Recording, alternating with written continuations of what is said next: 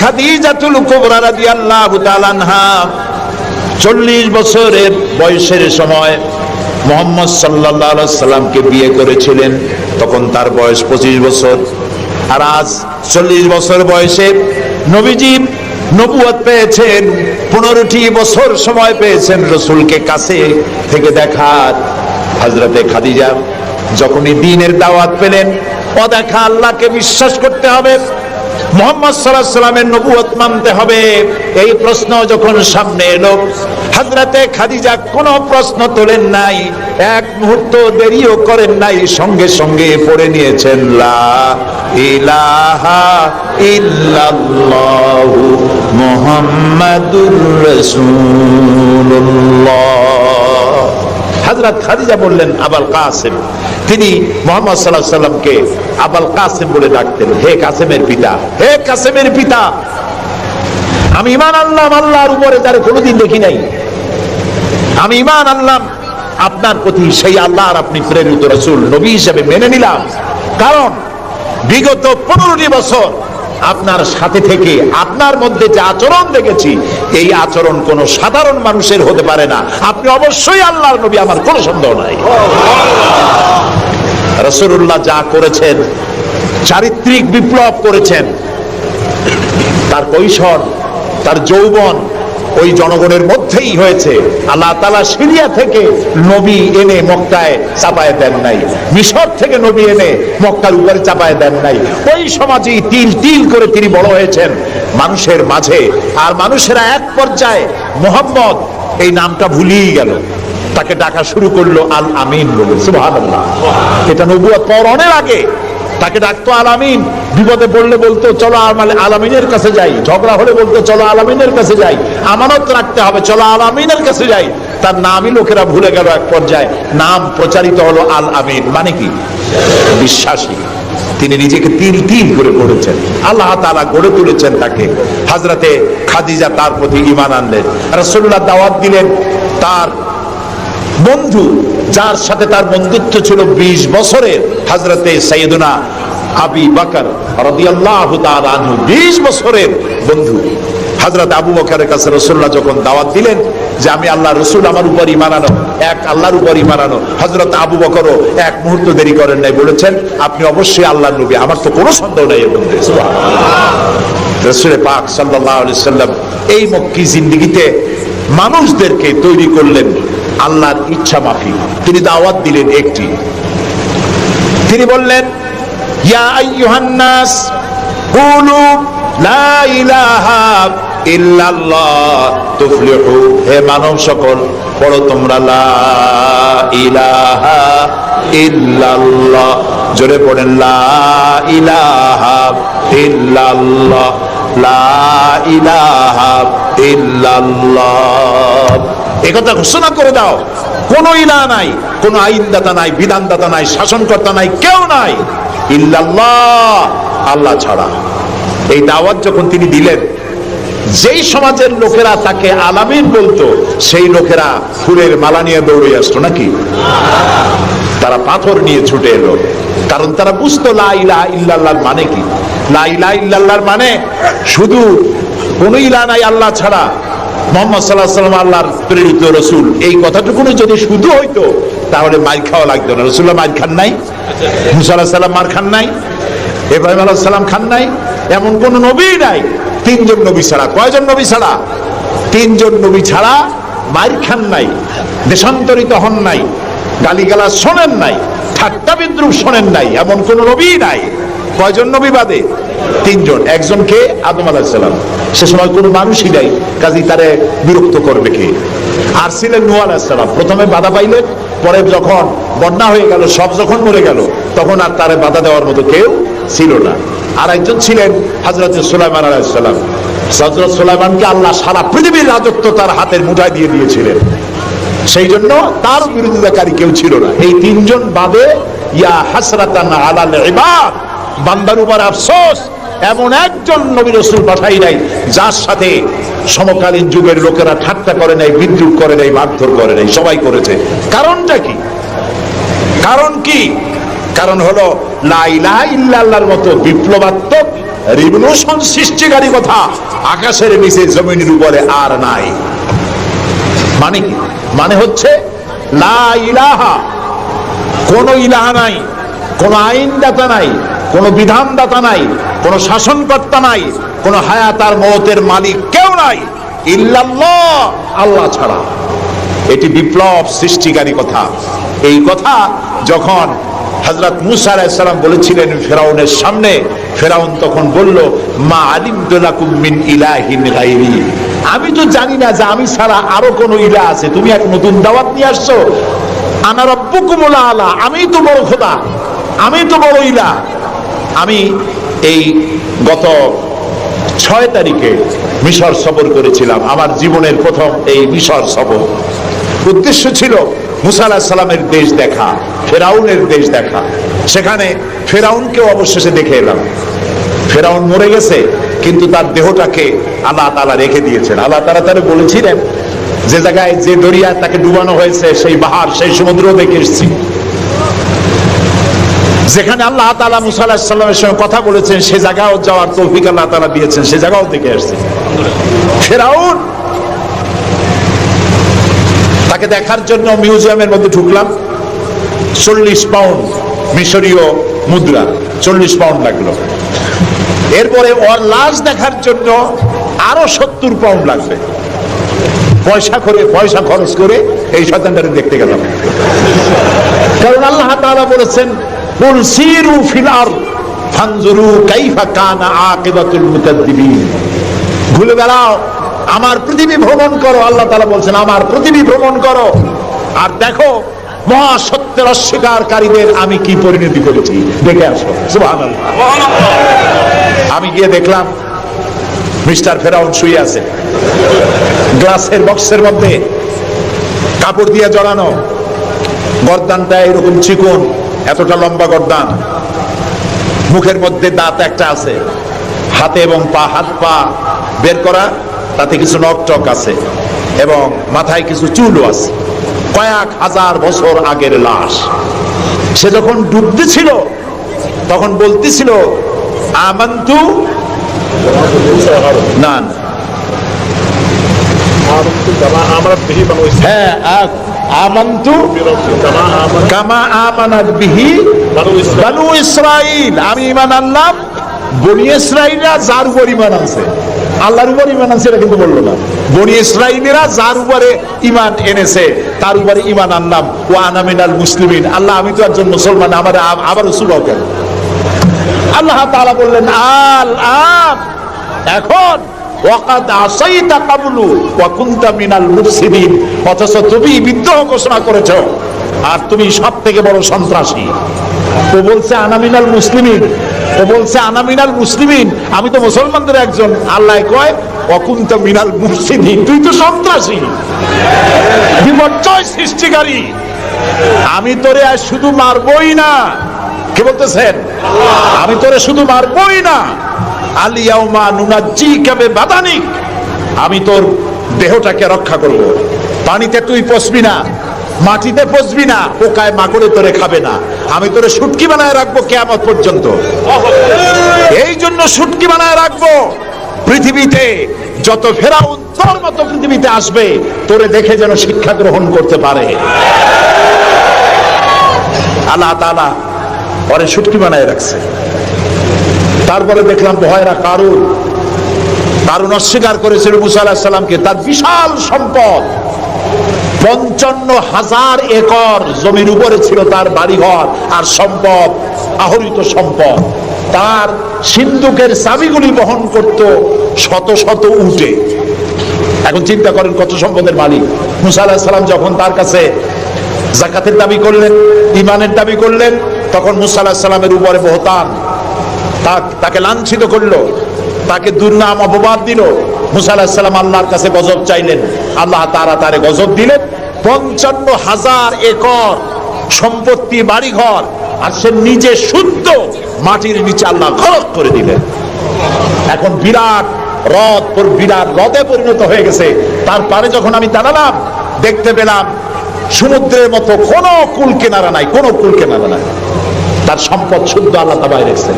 আল্লাহ তাআলা বলছেন পৃথিবী ঘোরো আর দেখো মহাসত্যের অস্বীকারীদেরকে কি ধরনের শাস্তি দিয়েছি, দেখে আসো। সুবহানাল্লাহ। এই ফেরাউনের কাছে যখন মুসা আলাইহিস সালাম বললেন ঈমান আনো আমার উপরে, আল্লাহর উপর ঈমান আনো, সে কয় মা আলিমতু লাকুম মিন ইলাহিন গায়রি, আমি তো জানি না আমি ছাড়া আরো কোন ইলাহ আছে, আমি তো ইলাহ। তুমি যদি আমাকে ছাড়া কাউকে ইলাহ মানো লা আজআলান্নাকা মিনাল মাসজুনিন, আমি তোমাকে কারারুদ্ধ করে রাখবো।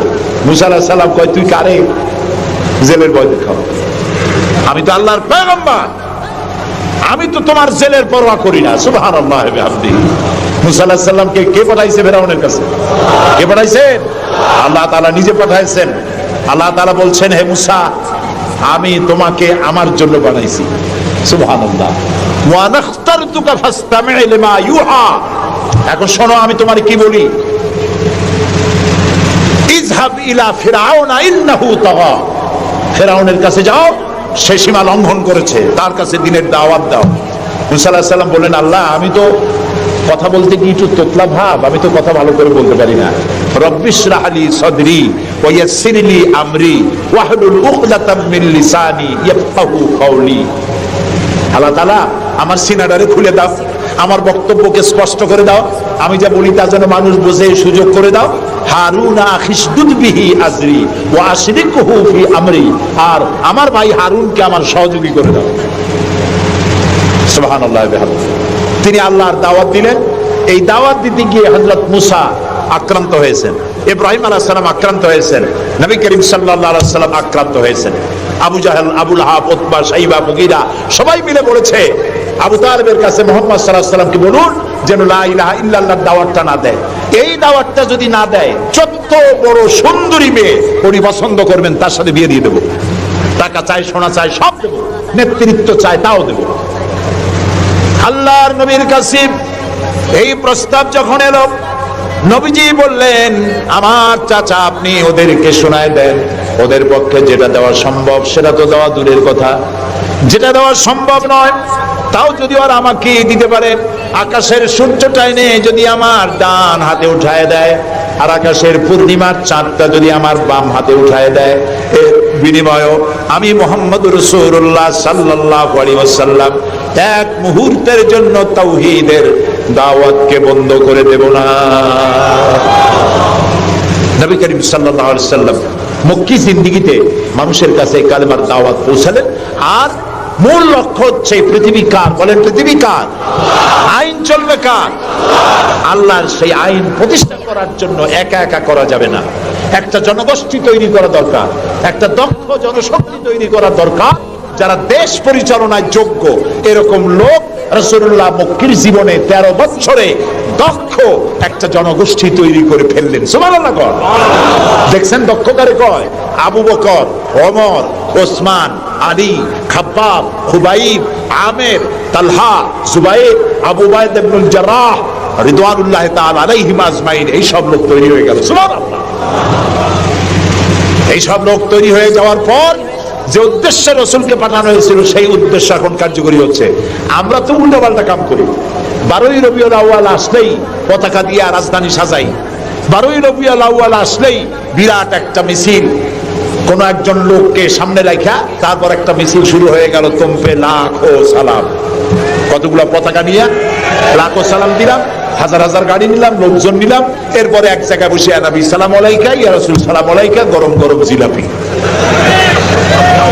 রবিউল আউয়াল শেষ, রাসূলুল্লাহর মহব্বতও শেষ। বিশ্বাস করুন এই সমস্ত জিনিস দিয়ে মূল টার্গেট থেকে মুসলমানদেরকে সরিয়ে দেওয়া হচ্ছে। আপনারা আমাকে জবাব দেন, যারা এই সব কাজ করে তারা বলে রাসূলুল্লাহর ভালোবাসায় করি। আপনি কি পারবেন রাসূলুল্লাহর লাখো সাহাবীদের মধ্যে একজন সাহাবীও রাসূলুল্লাহকে যে ভালোবাসা দিয়েছেন, পৃথিবীর সব মুসলমান একত্রিত হয়ে কতটা ভালোবাসা কেউ কি দিতে পারবে? পারবে? এবার বলেন সাহাবীরা এরকম কোন মিছিল করেছেন রাসূলুল্লাহর জন্মদিনে? তার জন্মদিবস পালন করেছেন? করেন নাই। যেটা হাদিসে নাই আমরা তা করতে পারি না। যে মিলাদ এখন পড়া হয়, যে সিস্টেমে পড়ানো হয়, একত্রিত হয়ে যা নবী সালাম আলাইকা, রাসূল সালাম আলাইকা। সাহাবীরা এরকম করেন নাই, তাবিঈনরা করেন নাই, তাবিঈনরা করেন নাই। মিলাদের এই সিস্টেম চালু হয়েছে রাসূলের ইন্তেকালের অন্তত 600 বছর পর। ফাইনা তাযহাবুন, কোথায় চলছি আমরা? রাসূলের মূল অনুষ্ঠান ছেড়ে দিয়ে, মূল কাজ ছেড়ে দিয়ে ভিন্ন পথে প্রবাহিত হচ্ছি। আমাদেরকে বিভিন্ন শব্দের মার প্যাচে সিরাতুন নবী করব না মিলাদুন নবী করব, মিলাদ পড়বো তো দাঁড়ায় পড়বো না বসে পড়বো, এই সমস্ত চক্করের মধ্যে ফালাই দিয়া টার্গেটে যাওয়ার পথের থেকে আমাদেরকে বাধাগ্রস্ত করা হচ্ছে। প্রিয় ভাই সব, নবী করিম সাল্লাল্লাহু আলাইহি ওয়াসাল্লাম জনশক্তি তৈরি করে ফেললেন, একটা রাষ্ট্র চালাবার মতো লোক তৈরি হয়ে গেল। আপনি যদি এই যে আর্মি ট্রেনিং হয়, শীতকালীন মহড়া হয়, আর্মি ট্রেনিং হয় কেন? এত পয়সা দিয়ে আর্মি টিকা রাখা হয় কি জন্য? কি জন্য? দেশ রক্ষার জন্য। আমরা তো সবাই দেশপ্রেমী, আমরা দেশ রক্ষা করতে তো আমরাই পারি। আর্মিদেরকে এত পয়সা খরচ করে করানো হচ্ছে কেন? এই জন্য করানো হচ্ছে, যখন যুদ্ধ বাঁধবে তখন আপনি অস্ত্র চালাইতে পারবেন না। অস্ত্র চালাবার মতো যোগ্যতা সম্পন্ন লোক গভর্নমেন্ট তৈরি করে, প্রতিরক্ষা বাহিনী তৈরি করে, যাতে করে কোন দেশ আমার স্বাধীন ভূমির উপরে আঘাত করতে না পারে। সেই জন্য এখন এটাকে পরিচালনার জন্য ট্রেনিং দেওয়া হয়। মুসলমানদেরকে আল্লাহ তাআলা কোরআনের মাধ্যমে, ইসলামের মাধ্যমে, হাদিসের মাধ্যমে তাদেরকে ট্রেনিং দেওয়া হয়। জমিন আল্লাহর, আইন চলবে আল্লাহ। আইনের ইমপ্লিমেন্টের জন্য, সে আইন প্রয়োগ করার জন্য দক্ষ যোগ্য জনশক্তি প্রয়োজন। রাসূলুল্লাহ নিজের সোহবত দিয়ে ধন্য করেছেন সাহাবায়ে কেরামদেরকে, তাদেরকে তৈরি করতে সক্ষম হয়েছেন। 13 বছর চলে যাওয়ার পর আল্লাহ পাক তাকে হিজরত করার অর্ডার করলেন। এবার রাসূলুল্লাহ মদিনায় চলে আসলেন। মদিনায় এসে ইসলামী রাষ্ট্রের ঘোষণা দিলেন। সুবহানাল্লাহ। এবার রাসূলুল্লাহ প্রেসিডেন্ট, এবার রাসূলুল্লাহ কি প্রেসিডেন্ট, রাষ্ট্রপতি। আর তার সংবিধান হলো কোরআন। সংবিধান কি? কোরআন। কোরআনের আইন চালু করে দিলেন। তিনি রাষ্ট্রপ্রধান হলেন। সমাজ থেকে চুরি, ডাকাতি, জিনা, ব্যভিচার, হত্যা, ধর্ষণ সব দূরীভূত হয়ে গেল। আজ মানুষ দরজা খুলে ঘুমাবার সুযোগ পেয়ে গেল। নবী করিম সাল্লাল্লাহু আলাইহি ওয়াসাল্লাম ঘোষণা করলেন, খায়রুল কুরুনি কারনি, সর্বশ্রেষ্ঠ যুগ হলো আমার যুগ। রাসূলের যুগ হলো শ্রেষ্ঠ যুগ। সমাজ থেকে চুরি ডাকাতি নির্মূল হয়ে গেল কোরআনের আইন চলার কারণে। যারা বিরোধিতা করছিল তারাও দেখলো যে মুহাম্মদ সাল্লাল্লাহু আলাইহি ওয়াসাল্লামের সাথে আমরা খামখাই বিরোধিতা করেছি, উনি তো আমাদের বিরোধী লোক না, উনি তো আমাদের ধর্মের বিরুদ্ধে লোক না, উনি তো দেশে আইন দিয়েছেন এমন যে আইনের মাধ্যমে মানুষ তার নিজের ধর্ম পালন করতে পারে, চুরি করে না, ডাকাতি করে না, মানুষ খাবার পায়, পড়ার পায়, থাকার পায়, সবকিছুর গ্যারান্টি পেয়েছে। আল্লাহ তাআলা তখন একটি সূরা নাজিল করলেন। আল্লাহ তাআলা সূরা নাসর নাজিল করলেন, ইযা জাআ নাসরুল্লাহি ওয়াল ফাত ওয়া রাআইতান নাসা ইয়াদখুলুনা ফি দীনিল্লাহি আফওয়াজা। আল্লাহ তাআলা বলেন, যখন আল্লাহর পক্ষ থেকে বিজয় আসবে, আল্লাহর সাহায্য যখন আসবে, তখন দেখতে পাবে দলে দলে লোকেরা ইসলামে প্রবেশ করছে। রাসূলুল্লাহর ইন্তেকালের সময় দেখা গেল আশেপাশে যত গোত্রে ছিল, এলাকা ছিল, সব পড়ে ফেলেছে লা ইলাহা ইল্লাল্লাহু মুহাম্মাদুর রাসূলুল্লাহ। কাফের বলতে আর কেউ ছিল না। শান্তি পেল, নিরাপত্তা পেল। ইসলাম শান্তি এবং নিরাপত্তা। এই শান্তি এবং নিরাপত্তার পথে মানুষ যাতে আর না আসতে পারে, সেই জন্য আজকের পৃথিবীর বৃহৎ শক্তি লেগেছে ইসলামকে ধ্বংস করার জন্য। আজ আমাদেরকে বলা হচ্ছে সন্ত্রাসী, মুসলমানদেরকে বলা হচ্ছে সন্ত্রাসী আর মৌলবাদ। আপনারা বলেন বাংলাদেশের মতো এত শান্তি আর কোথায় আছে বলেন? এই যে পয়লা বৈশাখ গেল, পয়লা বৈশাখী আনন্দ উদযাপন করার জন্য ঢাকা শহরে যা মানুষ নামলো, ইতিহাসে নাকি এত মানুষ কোনোদিন নামে নাই। পেটে বাচ্চা, কোলে বাচ্চা, ঘাড়ে বাচ্চা, এগুলো নিয়ে রাত 12টা 1টা পর্যন্ত রাস্তায় রাস্তায় হিন্দু মুসলমান দৌড়দৌড়ি করেছে। কোনো অশান্তি ছিল? এই প্রথমবারের মতো বাংলাদেশে গত 30 বছরের মধ্যে গত রমজানে রোজার পূজা একসাথে আসলো, ঠিক না? হিন্দুরা তাদের দুর্গা পূজা করতে পারছে? বলেন না পারছে কিনা? মুসলমানেরা রোজাও রাখতে পারছে, ওরা পূজাও করতে পেরেছে, ঠিক না ভাই? এবার বলেন, এই ফেনীতে আপনারা দুর্গা পূজার সময় কয়টা মূর্তির মাথা ভাঙছেন বলেন? ভাঙছেন? মন্দির ভেঙেছেন? কোন হিন্দু পিটাইয়া ভারতে পাঠাই দিয়েছেন? বাংলাদেশে সাম্প্রদায়িক সম্প্রীতি সব থেকে বেশি ভালো, আলহামদুলিল্লাহ। কিন্তু আমাদের দেশের চিহ্নিত একটি মহল দেশে বিদেশে অনবরত বাংলাদেশের বিরুদ্ধে বলে বেড়াচ্ছে এখানে সাম্প্রদায়িক সম্প্রীতি নাই, এখানে নাকি হিন্দুরা নিরাপত্তা বোধ করছে না, এখানে নাকি সন্ত্রাসের জ্বালা মানুষ অস্থির, আর সন্ত্রাস সব নাকি তৈরি হয় মাদ্রাসায়। এরা মাদ্রাসা বিরোধী, মাদ্রাসা ওদের সহ্য হয় না। প্রিয় ভাই সব, এটাই জন্য আমাদেরকে যে কথার থেকে পর্যন্ত এসেছি, আমাদের বলা হচ্ছে সন্ত্রাসী, মৌলবাদী। বাংলাদেশে সন্ত্রাসী এটি একটি গল্প, আন্তর্জাতিক সন্ত্রাসের সাথে বাংলাদেশের কোনো সম্পর্ক নাই, আলহামদুলিল্লাহ।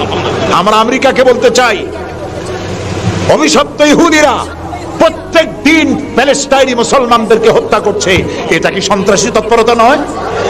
ইহুদিরা প্রতিদিন তাদের বুলডোজার দিয়ে ফিলিস্তিনের মুসলমানদের বাড়ি ঘর বুলডোজার দিয়ে মাটির সাথে গুড়িয়ে দিচ্ছে, এটা কি সন্ত্রাসী তৎপরতা নয়?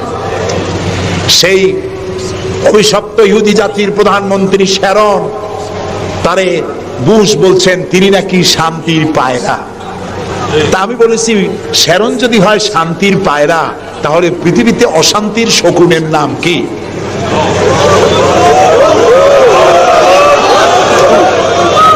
আপনাদের ফতোয়াই কার্যকরী হোক। আল্লাহ আছেন, আল্লাহ আছেন। ও তো ভালো, ফেরাউন ওর থেকে শক্তিশালী ছিল, নমরুদ ওর থেকে শক্তিশালী ছিল। ফেরাউনকে সুবাইয়া আল্লাহ শেষ করছে, নমরুদের জুতা দিয়ে পিটাই আল্লাহ বিদায় করে দিছে, ঠিক না?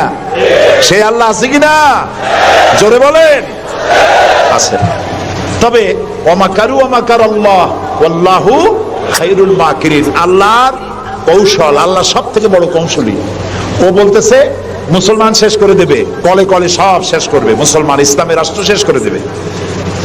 আল্লাহ তাআলা তার ঘরের মধ্যে মুসা আলাইহিস সালামের মারার চেষ্টা করছিল না ফেরাউন?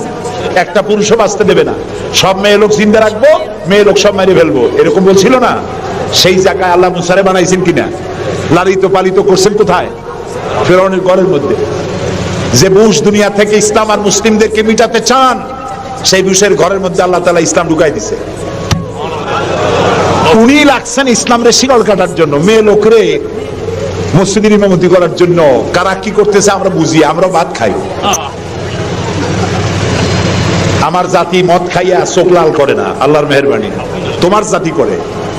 আমেরিকায় মেন্টাল হসপিটালে রুগী সব থেকে বেশি, পাগল বেশি দুনিয়ার সব জায়গায়। দুনিয়ার সবচাইতে বেশি পাগল কোন দেশে? আমেরিকায়। কারণ ওদের ব্রোকেন ফ্যামিলি, যৌথ পরিবার না, স্বামী স্ত্রী বিশ্বাস করে না, স্ত্রী স্বামীর বিশ্বাস করে না, বাপ ছেলের স্নেহ করে না, ছেলে মায়ের ভক্তি করে না। অশান্তির জ্বালায় মাথার চুল চতুর্দিক দিয়ে কাটিয়া মাথার উপরে তালপট্টির ডিপ বানায় রাখে। কেউ বা মাথার চুল ছোট ছোট করে কাটিয়া পিছনের দিকে বাসার নাম্বার, মোবাইল নাম্বার লিখে রাখে। আমি দেখে কইছি, শয়তানে যদি দেখে, শয়তান খালি কানবে আর বলবে যে আমি শয়তান হয়েছিলাম কি কাজে? এইটা তো খারাপ শয়তান। শান্তি নাই, অশান্তির দাবানল জ্বলছে গোটা আমেরিকা জুড়ে। ওরা মুসলমানদের ঐতিহ্য ধ্বংস করার জন্য একটা কোথার থেকে শয়তান মহিলা এনে মসজিদের ইমামতি করেছে। আর ওর পেছনে যারা নামাজ পড়ছে সেগুলো সব বেনামাজি, কোনো নামাজি না। আর যিনি ইমামতি করেছেন, পত্রিকা এসেছে তার নাকি স্বামী ছাড়াই একটা বাচ্চা হয়েছে। এই হলো ইমাম। যে জাতের ইমাম সেই জাতের মুয়াজ্জিন, সেই জাতের মুক্তাদি। প্রিয় ভাই সব, 9/11-এর পরে ওই জাতির মধ্যে চিন্তা হয়েছিল যে মুসলমানেরা নাকি বোমা মারে সব জায়গায়। পত্রপত্রিকা আসছে মুসলমানরা বোমা মারছে। তো মুসলমানরা এই আধুনিক বোমা বানাবার শক্তি পায় কোথায়? নিশ্চয়ই কোরআন শরীফ আছে। এই কোরআন শরীফ পড়া শুরু করলো। কোরআন শরীফ পড়িয়া তারা দেখতে পেল যে এর মধ্যে তো বোমা বানাবার কথা নাই, বরং সন্ত্রাসের বিরুদ্ধে বক্তব্য আছে। সন্ত্রাসীদের কি শাস্তি হবে তাও সূরা মায়েদার মধ্যে আল্লাহ বলে দিয়েছেন। এখন কোরআন শরীফ পড়ে পড়ে অবস্থা এই হয়েছে, প্রত্যেক বছর আমেরিকায় 20 থেকে 25,000 আমেরিকান সাদা খ্রিস্টান ইসলাম কবুল করে মুসলমান হয়ে যাচ্ছে। দেখাইতে পারবে না ইসলামকে। ইসলাম হলো সূর্যের মতো, এদিক দিয়ে ডুবে, দেখা যায় পশ্চিম দিক দিয়ে ডুবে গেছে, আর বুঝি উঠবে না। সকালবেলা দেখে পূব দিক দিয়ে কি হয়েছে, উদিত হয়ে গেছে, আবার ওদিকে ডুবলো, এদিক দিয়ে উঠলো। ইসলামও এইরকম, মনে হয় ইরাকে ইসলাম শেষ, আফগানে শেষ হয়ে গেল, আল্লাহ তাআলা আবার ফিলিস্তিন দিয়ে উঠায় দেবে, বাংলাদেশ দিয়ে উঠায় দেবে, কাশ্মীর থেকে উঠায় দেবে। ইসলাম রে নিভাইতে পারবে না। ইউরিদুনা লিইউতফিউ নূরাল্লাহি বিআফওয়াহিহিম আল্লাহু মুতিম্মু নূরিহি। মুখের ফু দিয়ে ইসলামকে নিভানো যাবে না। এটা কার? ইসলাম কার?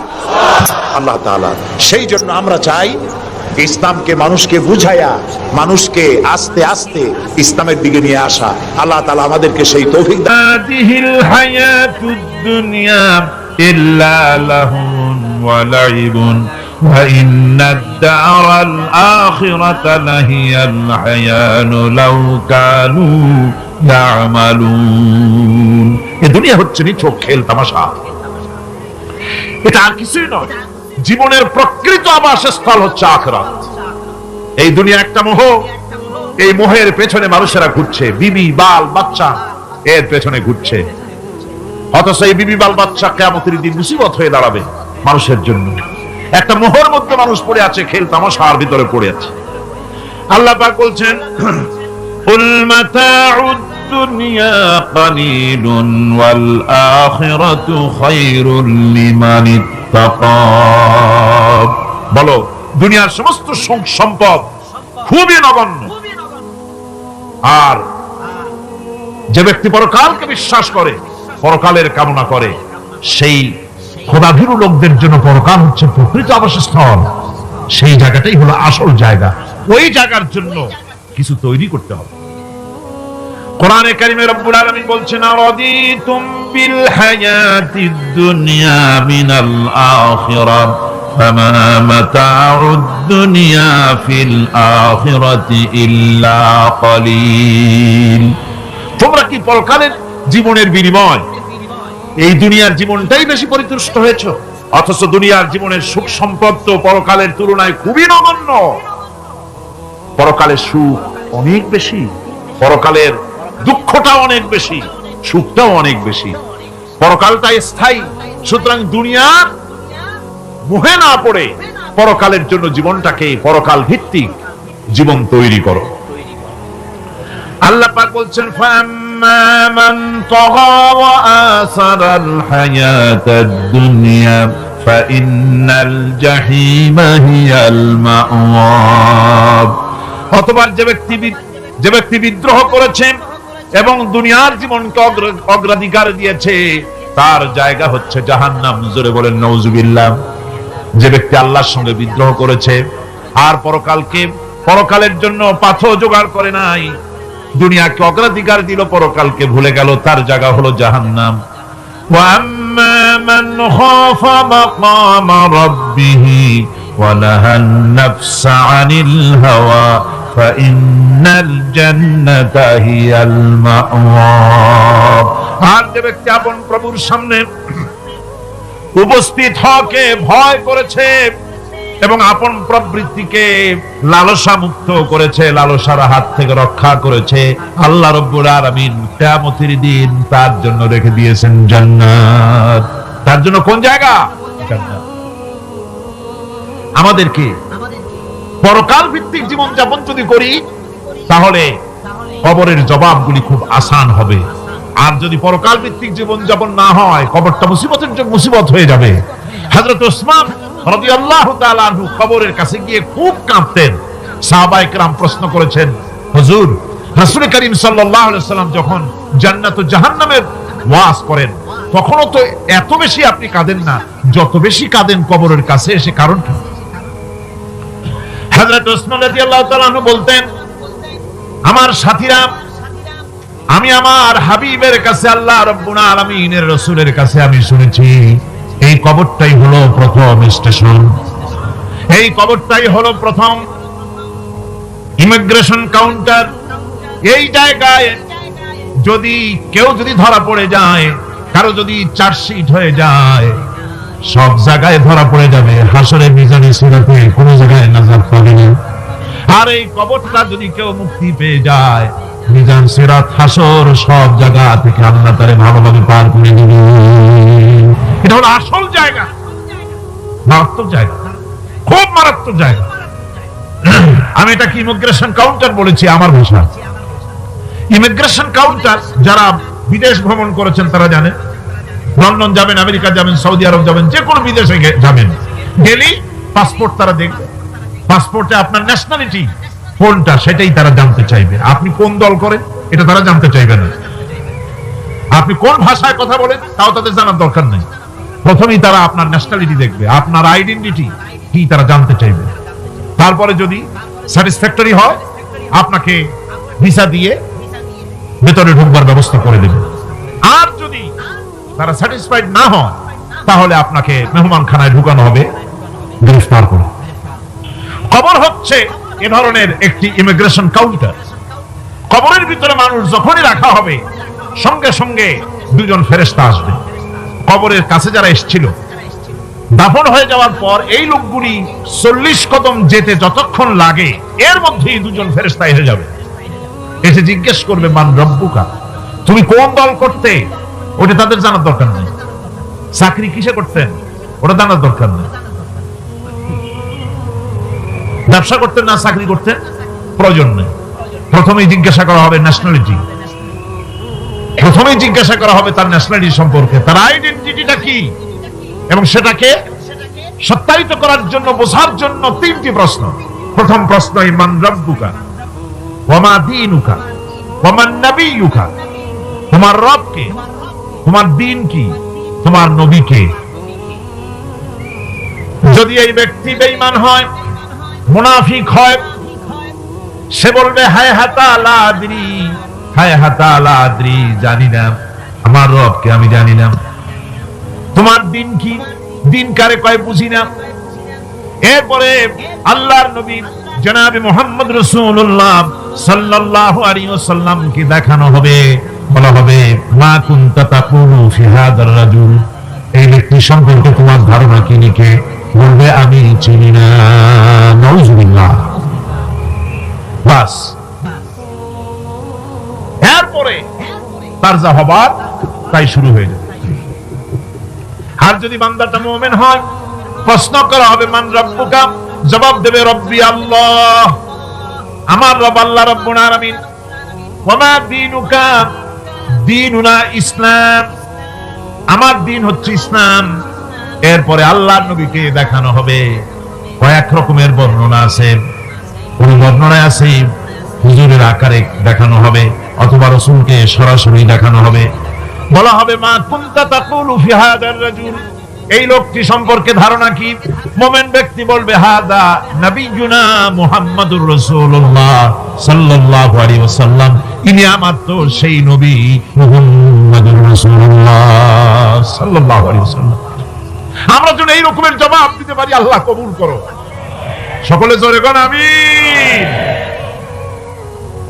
জবাব হয়ে যাওয়ার পর গায়ব থেকে আওয়াজ আসবে, ফাফরিশু বিল জান্নাতি ওয়ালবিসু বিল জান্নাহ, আমার ফেরেশতারা আমার এই বান্দাকে জান্নাতের পোশাক পরায়া দাও আর কবরটাকে জান্নাতের বিছানা বিছায়া দাও। জান্নাতের পোশাক পরায়া দাও, জান্নাতের বিছানা বিছায়া দাও। ইলা মাদ্দা বাসারিহি, তার চোখের দৃষ্টি যতদূর যায় কবরটা ততটা প্রশস্ত করে দাও। এরপর বেহেশতের পোশাক পরাইয়া, বেহেশতের বিছানা বিছায়া ফেরেশতা বলবে নম কানাউমুল উরুস, ঘুমিয়ে যাও। দুলামিয়া যেমন বাসর সজ্জায় নতুন বউ নিয়ে আরামে ঘুমায়, এরকম আরামে ঘুমায় যাও। ইলা ইয়াউমিল কিয়ামা, কিয়ামত পর্যন্ত ঘুমায় থাকবে, আরামে ঘুমিয়ে থাকবে। এরপরে সিংহায় ফুৎকার হবে, সিংহার ফুৎকারের আওয়াজে তার ঘুম ভেঙে যাবে।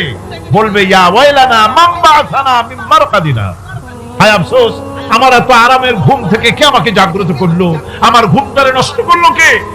আওয়াজ আসবে হাযা মা ওয়াদার রহমান ওয়া সাদাকাল মুরসালুন, এটা হচ্ছে রহমানের সেই ওয়াদা আর মুরসালিনরা, নবীরা সত্য কথাই বলেছিলেন, সেই কিয়ামত অনুষ্ঠিত হচ্ছে। আমার বন্ধুগণ, সেজন্য এই দুনিয়ার মোহে পড়ে থাকলে পরে দুনিয়ায় যারা অগ্রাধিকার দিবে দুনিয়াকে পরকালের তুলনায়, জবাব দিতে পারবে না কবরের ভিতরে গিয়া।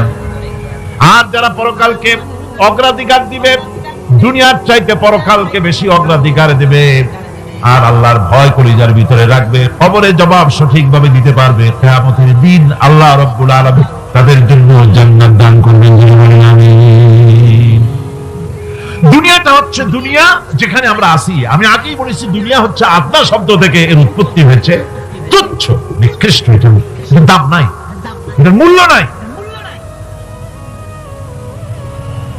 হযরত ইবনে কাইয়িম রাহিমাহুল্লাহ নওয়ারাল্লাহু মারকাদাহু ওয়া জাআলাল জান্নাতা মাথওয়াহু, হযরত ইবনে কাইয়িম তিনি বলছেন, সুন্দর করে বলছেন দুনিয়া সম্পর্কে, মা মাদা ফিদ দুনিয়া আহলামুন ওয়া মা বাকিয়া মিনহা আমানি ওয়াল ওয়াক্তু বাইনাহুমা দাইন। মা মাদা ফিদ দুনিয়া আহলামুন, জীবনের যে অংশ ফেলে এসেছি সেটা আজ একটা স্বপ্ন। ওয়া মা বাকিয়া মিনহা আমানি, আর জীবনের যে অংশ সামনে বাকি আছে সেটা এখন একটা আকাঙ্ক্ষা। ওয়াল ওয়াক্তু বাইনাহুমা দাইন, আর এর মাঝখান থেকে সময় সব চলে যাচ্ছে। কত বড় কথা চিন্তা করেছেন? জীবনের যে অংশ ফেলে এসেছি তা আজকে স্বপ্ন, তা আজ কি বলেন? স্বপ্ন। আর সামনে যা আছে সেটা আকাঙ্ক্ষা, আর মাঝখান থেকে সময় সব চলে যাচ্ছে। এরপরে তিনি বলছেন, ওয়ামান ইয়াসহাবিদ দুনিয়া ইয়াকুন মিসলা কাবিদিন আলাল মাই খানাতুহু ফুরুজুল আসামি। দুনিয়াদারের অবস্থা হচ্ছে এই, কেউ যদি দুই হাতে পানি খামসায় ধরে, দুই হাতে কি ধরছে বলেন? দুই হাতে পানি খামসায় ধরেছে, খুব মজবুত করে ধরেছে, দুই মুঠ পানি, বলেন থাকবে কতটুকু? কতটুকু থাকবে? এক ফোঁটাও থাকবে, কারণ তার আঙ্গুলের ফাঁক তার সাথে খেয়ানত করবে, আঙ্গুলের ফাঁক দিয়া পানিগুলি সব বেরিয়ে চলে যাবে। সুতরাং দুনিয়া যারা চায় তারা ঠিক পানি খামসায় ধরলে পানি যেমন হাতের ভেতর থেকে খেয়ানত করে চলে যায়, যারা দুনিয়া চায় দুনিয়াও তাদেরকে এভাবে ফাঁকি দিয়ে চলে যায়। তবুও দুনিয়ার মায়া মানুষের এত বেশি। আল্লাহর নবী বলেন, লাউ কানা লি ইবনি আদামা ওয়াদিন মিন যাহাবিন লাহাব্বা ইয়াকুনা লাহু সানিন। এই পৃথিবীতে যদি কাউকে একটা মাঠ ভরে যদি সোনা দেওয়া যায়, লোকটা বলবে, রব্বুল আলামিন, আমি যদি আরেকটা মাঠ এরকম সোনা ভরা পেতাম। দ্বিতীয় আরেকটা মাঠ দেওয়া হলে আবার বলবে, যদি তৃতীয় আরেকটা মাঠ সোনা ভরে যদি পেতাম। নবীজি বলেন, ওয়ালা ইয়ামলাউ জাওফু ইবনু আদামা ইল্লা তুরাব। মানুষের পেট 3.5 হাত মাটি ছাড়া, কবরের মাটি ছাড়া মানুষের পেট ভরবে না। আরো চাই, আরো চাই, চাওয়ার কোনো শেষ নাই। মানুষ এভাবে করে দুনিয়ার মহব্বতে এমনি পাগল হয়ে যায়, শুধু দুনিয়ার মহব্বত, পরকালকে ভুলে যায়। আমি কিন্তু এই কথা বুঝাতে চাই নাই যে পরকালের মহব্বতে, পরকালের ভয়তে বা পরকালের জন্য দুনিয়া আপনি বাজার ঘাট, বেচা কিনা, ব্যবসা বাণিজ্য সবকিছু ভুলে যান, না তা নয়। ভুল বোঝার কোনো কারণ নাই। পরকালকে অগ্রাধিকার দিতে হবে, মানে দুনিয়াটা চিরস্থায়ী জায়গা নয়। চিরস্থায়ী হচ্ছে কোনটা? আখিরাত। চিল্লা এখন কোনটা? সুতরাং এখানে যা করতে হবে, আখিরাতের জবাবদিহিমূলক জীবন যাপন করতে হবে। আপনি ব্যবসা করবেন, ওজনে কম দিতে পারবেন না, আপনি খাদ্যে ভেজাল দিতে পারবেন না, চুরি করতে পারবেন না, ডাকাতি করতে পারবেন না, জেনা করতে পারবেন না, বদমাশি করতে পারবেন না, মদ খেতে পারবেন না, সন্ত্রাসী হতে পারবেন না, হাইজ্যাকার হতে পারবেন না, চাঁদাবাজ হতে পারবেন না, মুনাফাখোর হতে পারবেন না, আপনি চোরা কারবারি হতে পারবেন না, ঘুষখোর হতে পারবেন না, সুদখোর হতে পারবেন না। এই সব কাজ পরকালকে বিশ্বাস করলেই এ সমস্ত কাজ থেকে মানুষ বিরত থাকতে পারে। কথা ঠিক কিনা? সুতরাং এই পৃথিবী থাকবে না, এটা কি চিরকাল থাকবে না? এর একটা পরিসমাপ্তি ঘটবে। যেমন করে সারা বছর লেখাপড়া করার পর কলেজে, বিশ্ববিদ্যালয়, মাদ্রাসায়, হাই স্কুলে, সব জায়গায় সারা বছর লেখাপড়া করার পর যেমন পরীক্ষা দেওয়ার একটা দিন আসে, সারা বছর ব্যবসা করার পর হিসাব নিকাশ করার যেমন একটা সময় আসে, সারা মাস চাকরি করার পর বেতন পাওয়ার যেমন একটা দিন আসে, সারা জীবন চাকরি করার পর পেনশন পাওয়ার যেমন একটা সময় আসে, অনুরূপভাবে এই দুনিয়া যেদিন শেষ হয়ে যাবে, আল্লাহ নির্ধারিত সময় শেষ হয়ে যাওয়ার পর একটা সময় আসবে যখন আল্লাহ রাব্বুল আলামিন সব শেষ করে দিবেন, লন্ড ভন্ড হয়ে যাবে, কিছুই থাকবে না। কোরআনে কারিমে আল্লাহ সব বলেছেন, কোরআনে সব আল্লাহ বলে দিয়েছেন। আল্লাহ পাক বলেন এই পৃথিবীর সব কেমন ভাবে ধ্বংস হবে তার চিত্র আল্লাহ পাক কোরআনে কারিমে তুলে ধরেছেন। ইযাস সামাউ ফাতারাত ওয়া ইযাল কাওয়াকিবু তাসারাত ওয়া ইযাল বিহারু ফুজ্জিরাত ওয়া ইযাল কুবুরু বু'সিরাত। যখন আকাশসমূহ দীর্ণ বিদীর্ণ হয়ে যাবে, তারকাগুলি বিক্ষিপ্ত হয়ে ছিটকে পড়বে, আর সমুদ্রগুলি উচ্ছ্বসিত হয়ে পড়বে, কবরগুলি সব তার ভেতরে যা আছে উদ্গীরণ করে দেবে, তারকাগুলি স্থিমিত হয়ে যাবে। এরপরে সমস্ত আকাশগুলি কাতাইয়িস সিজিল্লি লিল কুতুব, কিতাবের পৃষ্ঠার মতো একটার পরে একটা ঠাস ঠাস করে পড়তে থাকবে, চূর্ণ বিচূর্ণ হয়ে ভেঙে চুরে একাকার হয়ে যাবে। পাহাড়গুলিকে উড়িয়ে দেওয়া হবে, চন্দ্র এবং সূর্য একাকার হয়ে যাবে। আল্লাহ রাব্বুল আলামিন বলেন ফাইদা বারিকাল বাসার ওয়া খাসাফাল কমার ওয়া জুমিআশ শামসু ওয়াল কমার। চক্ষু যখন বিস্ফারিত হয়ে যাবে, চাঁদ যখন তার আলো হারিয়ে ফেলবে, সূর্য যখন তার আলো হারিয়ে ফেলবে, চাঁদ আর সূর্য সব একাকার হয়ে যাবে, সেই সময়ের অবস্থাটা কি চিন্তা করো। মানুষ হয়রান হয়ে দৌড়াদৌড়ি করবে। وَحُمِلَتِ الْأَرْضُ وَالْجِبَالُ فَدُكَّتَا دَكَّةً وَاحِدَةً। জমিন এবং পাহাড়গুলির মধ্যে আল্লাহ রাব্বুল আলামিন সংঘর্ষ বাঁধিয়ে দিবেন, পাহাড়গুলি ভেঙে চুরে টুকরা টুকরা হয়ে যাবে, পাহাড়গুলি উঁচু করে জমিনের উপরে আছাড় মেরে আল্লাহ রাব্বুল আলামিন ভেঙে চুরে চুরমার করে দিবেন। সুবহানাল্লাহ। ওয়াতাকুনুল জিবালু কালইহনিল মানফুশ, পাহাড়গুলো ভেজা ধোনা তুলার মতো করে উড়িয়ে দেওয়া হবে, পাহাড় উড়ে যাবে। সুবহানাল্লাহ। পাহাড় পাথরের তৈরি করা পাহাড়, এই পাহাড়গুলি তুলার মতো হয়ে উড়বে কিভাবে? আমি এই দৃশ্য নিজের চোখে কিছুটা হলেও দেখছি। আজ থেকে 10 দিন আগে আমি ইতালি সফর করে এসেছি। ইতালির রাজধানী রোম। রোম প্রাচীন সভ্যতার লালন ভূমি। কোরআনে কারিমে সূরায়ে রোম রয়েছে, এই রোম সেই রোম।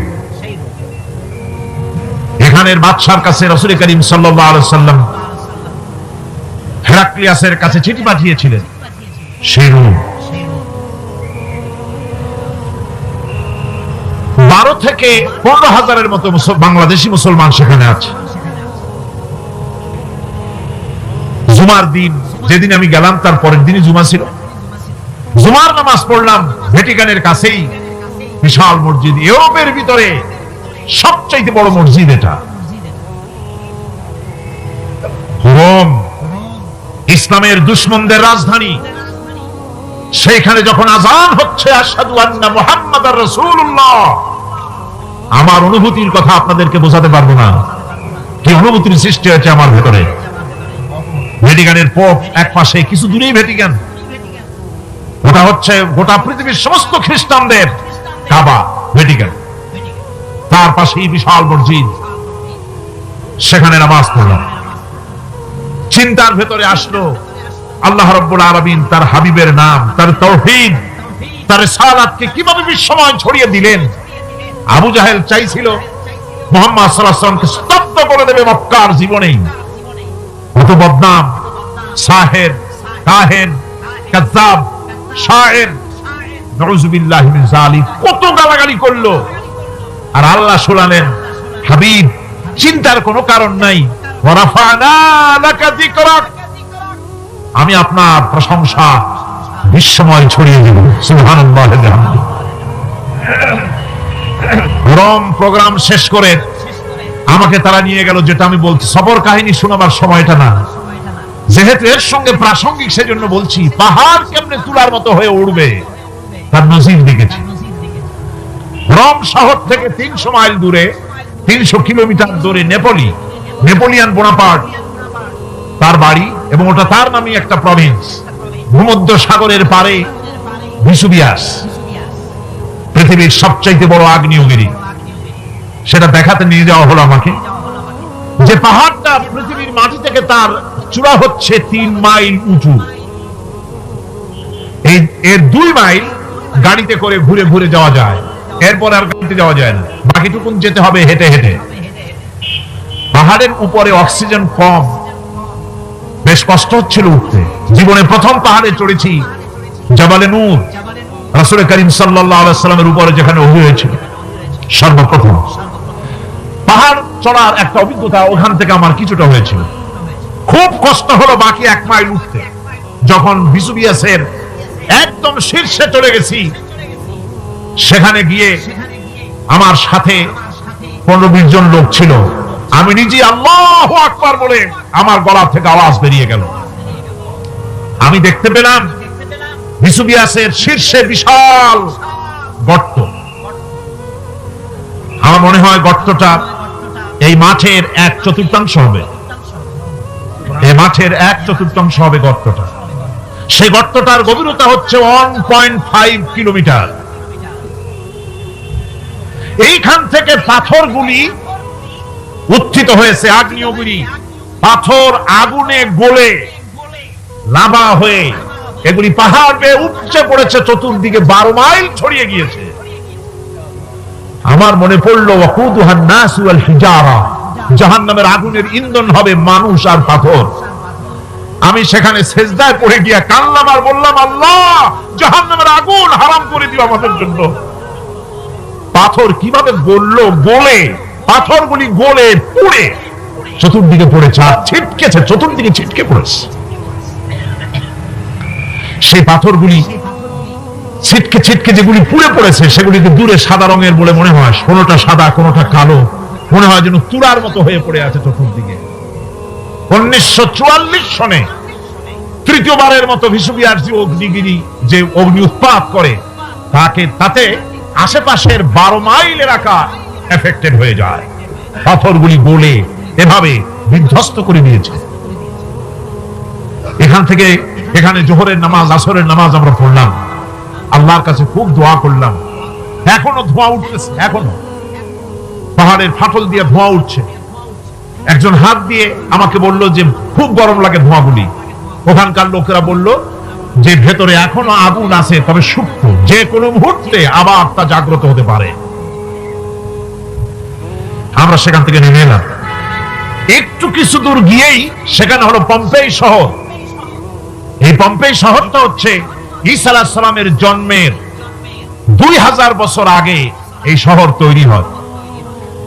ঈসা আলাইহিস সালামের জন্মের 179 বছর পর ভূমিকম্প হয়। সেই ভূমিকম্পে গোটা পম্পেই শহরটা পৃথিবীর মানুষের চোখের আড়াল হয়ে যায়, ধ্বংস হয়ে যায়, মাটির তলায় ভারত হয়ে যায়। আজ থেকে 200 বছর আগে মাটি খনন করতে গিয়ে এই শহর আবিষ্কৃত হয়। পুরা শহরটা খুঁড়ে তারা বের করেছে।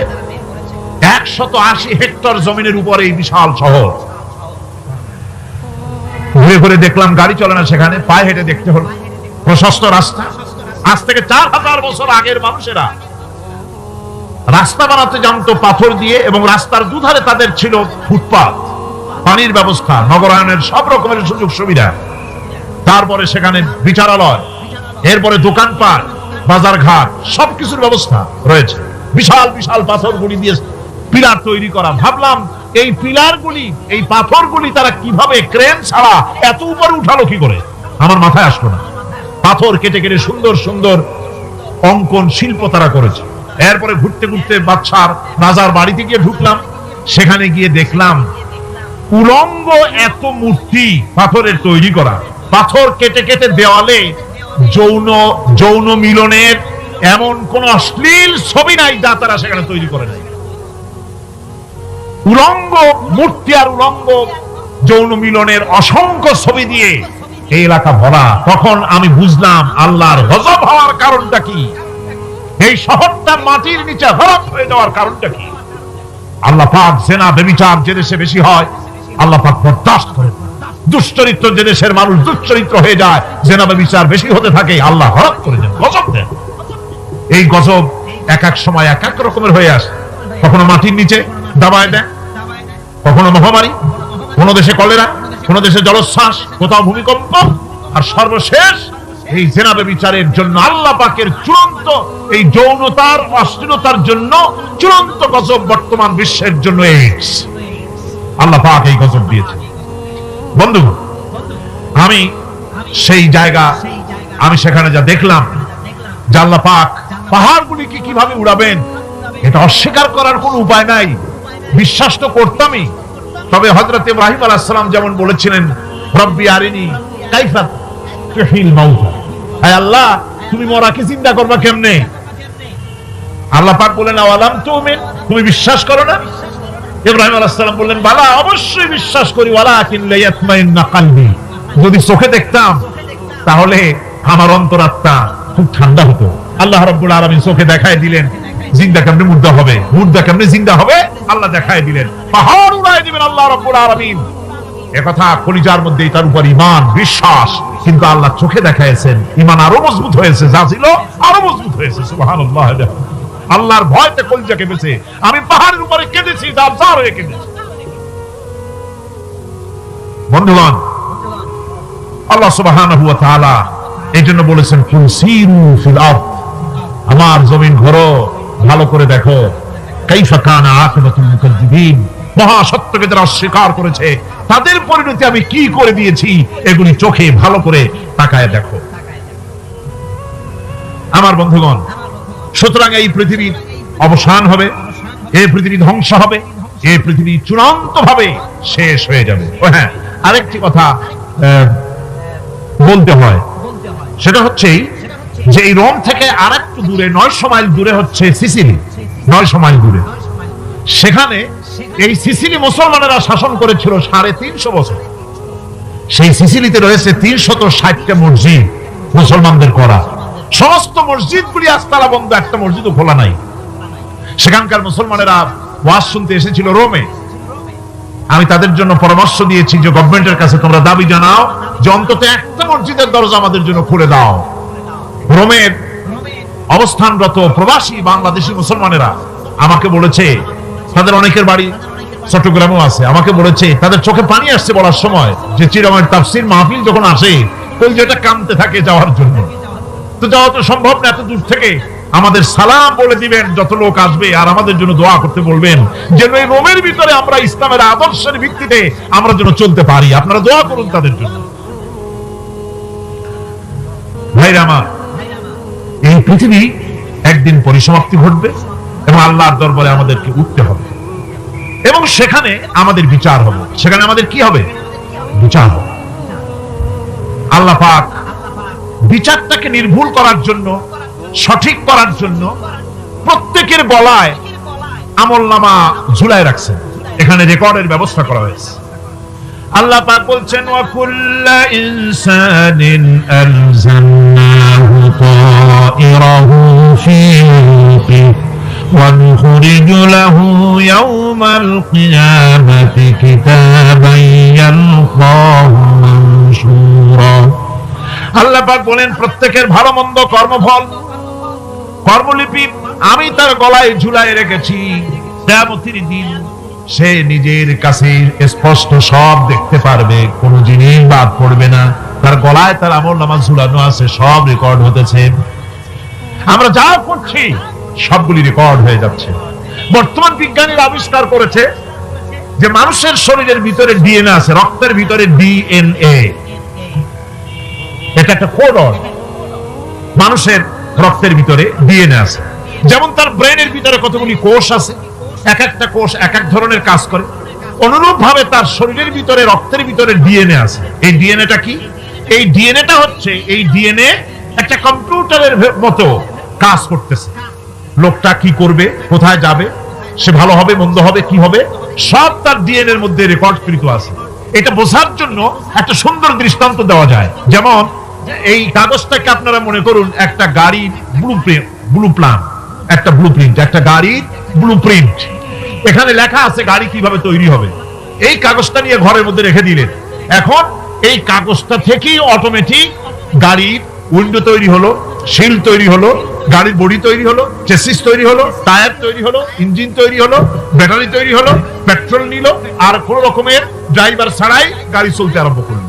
এই কথাটা যদি মনের মাথার মধ্যে আনতে পারেন যে এটা কিভাবে হইতে পারে, এতে লেখা অনুযায়ী যেভাবে হওয়া যদি সম্ভব হয়, অনুরূপ ভাবে মানুষের রক্তের ভিতরে ডিএনএ এরা আবিষ্কার করেছে। এর ভিতরে মানুষের ভালো মন্দ, কোথায় যাবে, কি করবে, সবকিছুর মধ্যে রয়েছে। কোরআনে কারীমে আল্লাহ রাব্বুল আলামিন, আমি গত বছরও বলছিলাম যে বিজ্ঞানের আবিষ্কার যত বাড়বে, কোরআন বোঝা মানুষের জন্য তত সহজ হবে। কোন সুবহানাল্লাহ। কোরআন বোঝা মানুষের জন্য তত সহজ হবে।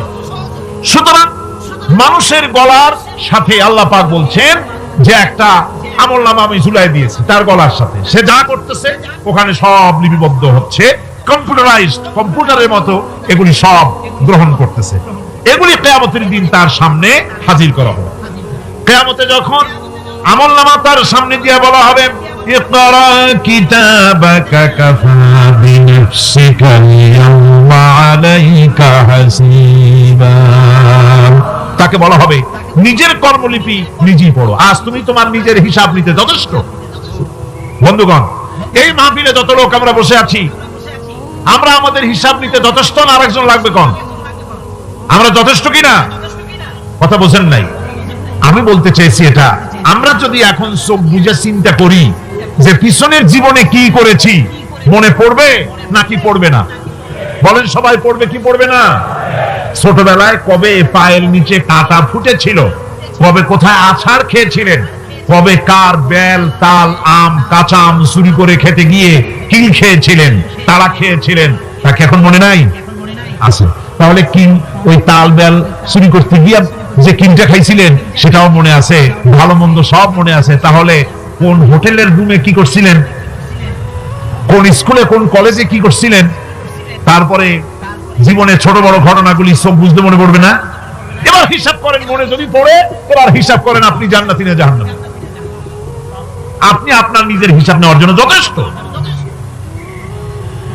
তাকে হিসাব করতে বলা হবে, তোমার হিসাব, তোমার নিজের হিসাব নেওয়ার জন্য তুমি যথেষ্ট, তোমার হিসাব তুমি নিজেই করো, এটা পড়ো।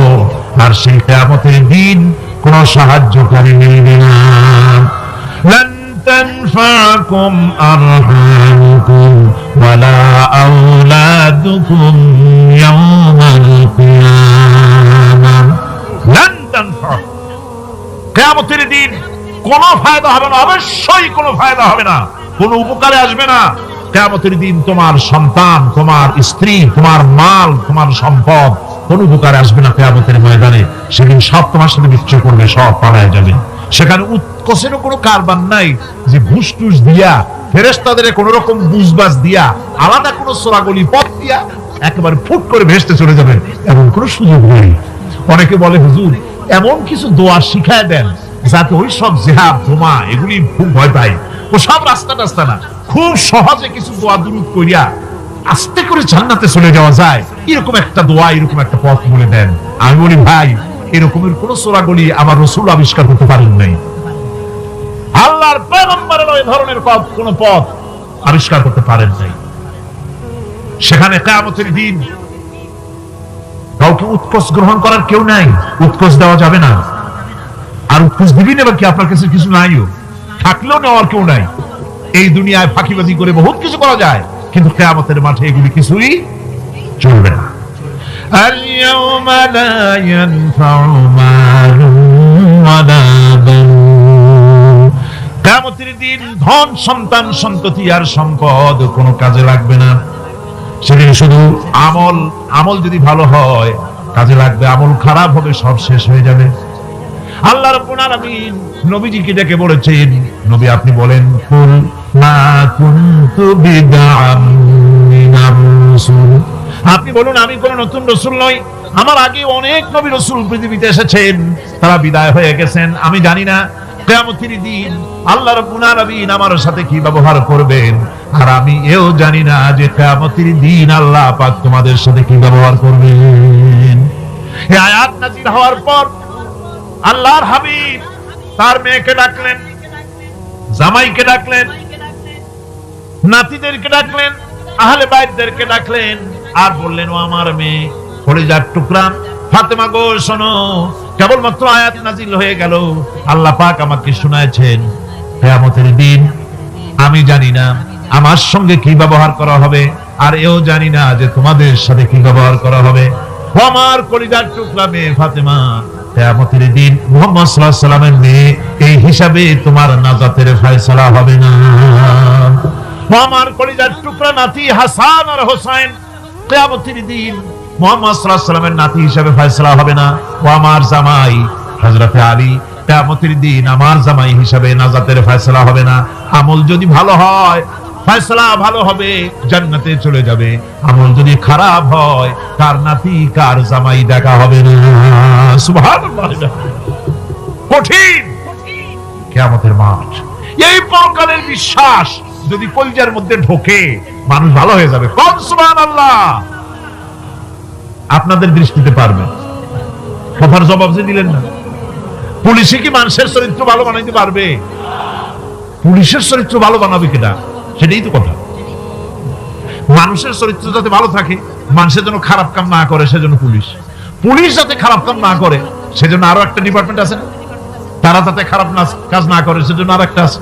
এন্টি করাপশনের আবার এন্টি করাপশন আছে, তার উপর আবার এন্টি করাপশন আছে। এন্টিটার অভাব নাই। সুতরাং পুলিশ দিয়া, বিডিআর দিয়া, আর্মি দিয়া মানুষের, দেশের, জাতির চরিত্র ভালো বানানো যায় না। রাসূলুল্লাহ এ দিয়া বানান না, এটা ইসলামের নিয়ম নয়। পুলিশ দিয়া, আর্মি দিয়া দেশের মানুষের চরিত্র ভালো বানানো যায় না। চরিত্র ভালো বানানো যায় কেবলমাত্র পরকালের ভয় দিয়া। কি কিসের ভয় দিয়া? ওই যে মক্কার জীবনে ওই সমস্ত মানুষগুলি যারা চুরি করত, ডাকাতি করত, জিনা করত, বদমাশি করত, যারা শয়তানি করত, যারা মানুষকে খুন করত, এই মানুষগুলি এত ভালো হয়ে গেল, যারা চুরি ছেড়ে দিল, ডাকাতি ছেড়ে দিল, জিনা ব্যভিচার ছেড়ে দিল, এত ভালো হয়ে গেল, পৃথিবীর মধ্যে সেরা মানুষ তারা হয়ে গেলেন। জোরে বলেন সুবহানাল্লাহ।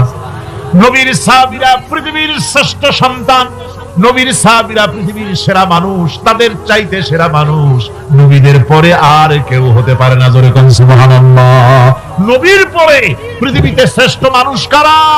সাহাবায়ে কেরাম রিদওয়ানুল্লাহি তাআলা আলাইহিম আজমাইন। ওনারা তো কুফরের মধ্যে ছিলেন, শিরকের মধ্যে ছিলেন, চুরি, ডাকাতি, জিনা, ব্যভিচার এমন কোন পাপ নাই যা করা হয়নি। তারপরে যখন আল্লাহর নবীর কাছ থেকে তাওহীদ, রিসালাত ও আখিরাতের দাওয়াত পেলেন, কি সোনার মানুষ এক একজন হয়ে গেলেন। সুবহানাল্লাহ। যারা ছিলেন নারীর সতীত্বের জম, তারা হয়ে গেলেন নারীর সতীত্বের পাহারাদার। যারা মানুষের মাল চুরি করত, ডাকাতি করত, তারা রাতভর মানুষের মালের পাহারা দিল, মানুষের রক্তের পাহারা দিল। সুবহানাল্লাহ বিহামদিহি। রক্ত ও সম্পদের পাহারা দিল। রাসূল বললেন, খায়রুল কুরুনি কারনি, সর্বশ্রেষ্ঠ যুগ তো আমার যুগ। বন্ধুগণ, এরপরে একটা জীবন আসবে ওই কিয়ামতের ময়দানে। এই পরকালের বিশ্বাসটা গুরুত্বপূর্ণ ব্যাপার, আমাদের সবকিছুর হিসাব দেওয়া লাগবে। আল্লাহ পাক বলেন, ইন্নাস সামআ ওয়াল বাসারা ওয়াল ফুআদা কুল্লু উলাইকা আনহু মাসউলা। নিঃসন্দেহে মানুষের শ্রবণ শক্তি, দর্শন শক্তি এবং তার অন্তঃকরণের কল্পনা সম্পর্কে আল্লাহ রাব্বুল আলামিনের কাছে জিজ্ঞাসিত হতে হবে। কান দিয়া কি করেছিল, চোখ দিয়া কি করেছিল, মুখ দিয়া কি করেছিল, হাত দিয়ে কি করেছিল, সবকিছুর জবাব আল্লাহ রাব্বুল আলামিনের কাছে দিতে হবে। সবটার জবাব দিতে হবে, কোনো কিছু বাদ যাবে না। এমনকি মনের ভিতরে যে কল্পনা আমরা করি, এই কল্পনার হিসাবও আল্লাহর দরবারে দিতে হবে। কোরআনে কারীম বলছেন, ওয়া ইন তুবদু মা ফি আনফুসিকুম আও তুখফুহু ইউহাসিবকুম বিহিল্লাহ। মনের ভিতরে তুমি যেটা কল্পনা করো সেটা প্রকাশ করো, অথবা তুমি গোপন রাখো, যাই তুমি করো না কেন, আল্লাহ রাব্বুল আলামিন এর হিসাবও তোমার কাছে নেবেন। ফায়াগফিরু লিমান ইয়াশা ওয়া ইউআযযিবু মান ইয়াশা ওয়াল্লাহু আলা كل شيء قدير মহান আল্লাহ পাক বলেন করার পর তোমার মনের ভিতরে কি কল্পনা করেছিলে ওইটার হিসাব আমি নেব হিসাব নেওয়ার পর যারে খুশি ক্ষমা করে দেব যাকে খুশি শাস্তি প্রদান করব সবকিছুর উপরে আল্লাহ রব্বুল আলামিন শক্তিমান সব তিনি করতে পারেন সমস্ত কুদরত রয়েছে তার সুতরাং মানুষদেরকে আল্লাহর বান্দাদেরকে বিশ্বাস করতে হবে যে আমার কোনো কথা বাদ যাবে না কথাগুলি রেকর্ড হচ্ছে কথা রেকর্ড হচ্ছে আমি যে ওয়াজ করতেছি এই কথাগুলি রেকর্ড হচ্ছে নাকি হচ্ছে না অনেক টেপ রেকর্ডার রেকর্ড হচ্ছে অডিও ভিডিও হচ্ছে আজ থেকে 50 বছর পর যদি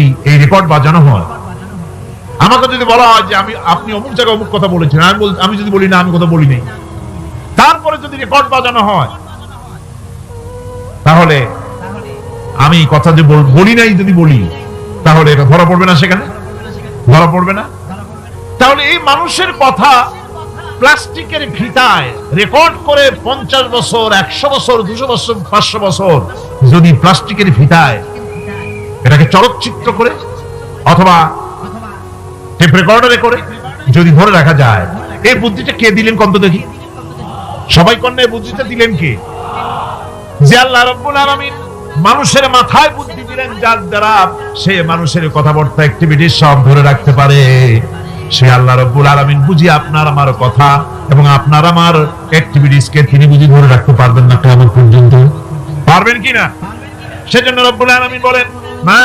ইয়ালফিযু মিন কাওলিন ইল্লা লাদাইহি রাকীবুন আতীদ সমস্ত কথা রেকর্ড হচ্ছে সুবহানাল্লাহ কোন জোরে সমস্ত কথা রেকর্ড হচ্ছে একটা কথা বাদ যাবে না মুখ আছে বলেই কথা বলবেন তা না হিসাব করে কথা বলতে হবে গীবত গাওয়া যাবে না মিথ্যা কথা বলা যাবে না মিথ্যা ওয়াদা করা যাবে না মিথ্যা ওয়াদার তো মৌসুম এসে গেছে কি কোন বুঝুন কথা হ্যাঁ মিথ্যা ওয়াদা মৌসুম এসে গেছে এখন মৌসুমে বাহার মিথ্যা বলার কত সুন্দর সুন্দর ওয়াদা সোনা দিয়ে রাস্তা বানায় দেবে অভুক্ত মানুষদের বলা হয় না খেয়ে মরবেন না কিন্তু কি খেয়ে মরবে তাও কয়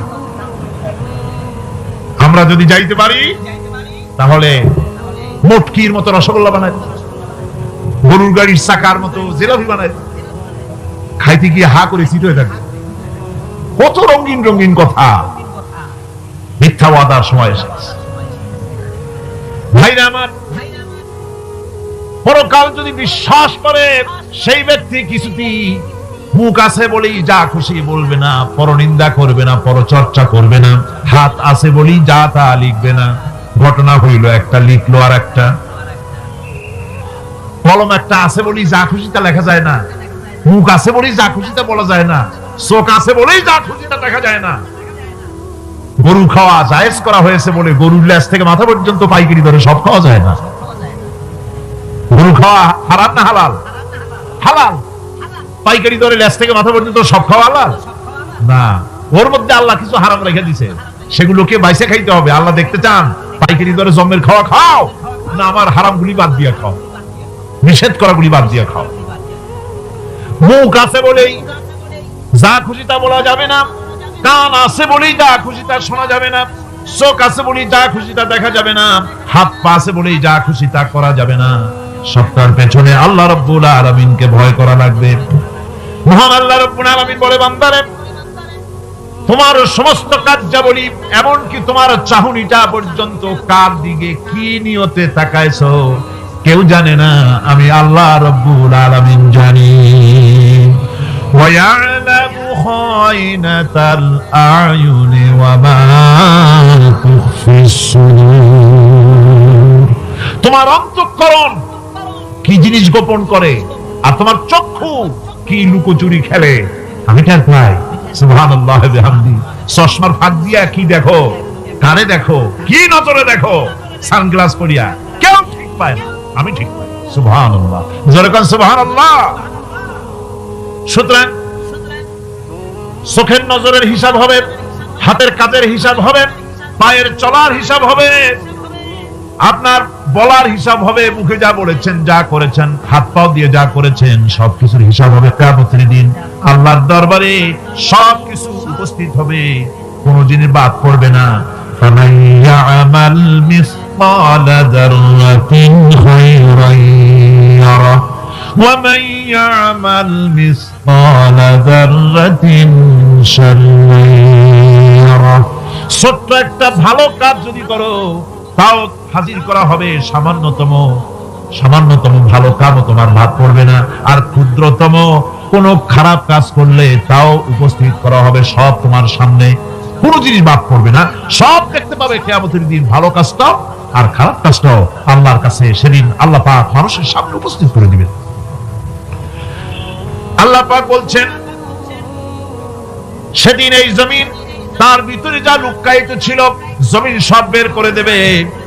কাআন্নাহুম জারাদুম মুনতাশির।